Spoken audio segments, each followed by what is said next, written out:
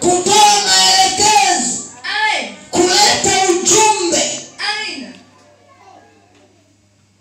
Wangapi leo wanataka washukiwe? Kimeeleweka. Nasema kimeeleweka.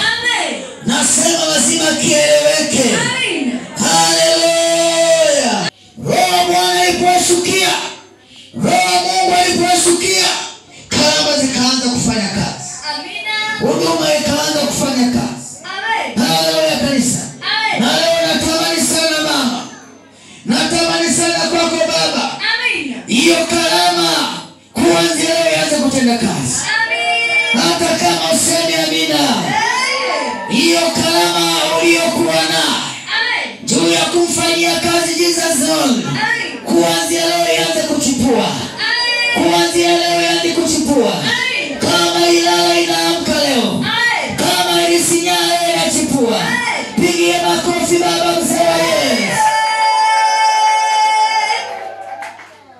Waliosema uwezi wataona unaweza. Waliosema utashindwa watakuona unaweza. Kwa sababu ufanyi wewe, anafanya aliyo ndani yako. Hata kama usemi amina, wanaoangalia kwa macho ya mwili wanasema uwezi, watakuona leo wanasema uwezi, ndio wanalifanya vizuri kupita yeye. Kwa sababu anaifanya sio wewe. Huyo atakayeketi ndani yako, huyo atakayeshuka ndani yako, ndio mtendaji, ndio mfanyaji wa kazi. Iwe hivyo kwako. Iwe hivyo kwako. Wangapi wako tayari? Tayari. Wangapi wako tayari? Wangapi wako tayari? Wangapi wako tayari? Uko tayari?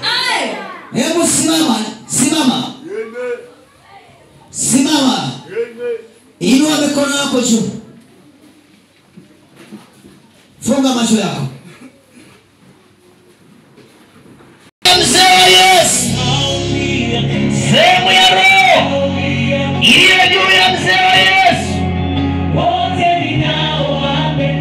sehemu ya roho iliyo juu ya mzee wa Yesu. Anasema mzee wa Yesu, lazima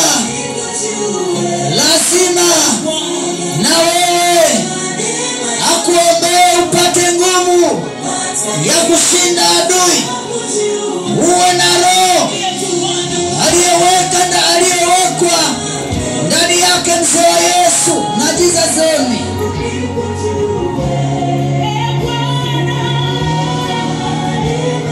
Yule roho aliyepewa mzee wa Yesu, aliyewekewa mzee wa Yesu na Jesus, anatamani na wewe aingie kwako. Na wewe anaingia kwako. Mama pale pokea. Baba pale pokea. Wengi wanashangaa. Angalia wengi wanapokea. Fungua moyo wako muumini. Fungua moyo wako mtumishi. Naona kuna nguvu imemwagika hapa. Mzee Yesu anakuombea. Wewe ni mwanafunzi wake. Wewe ni mwanafunzi wake. Pokea. Pokea.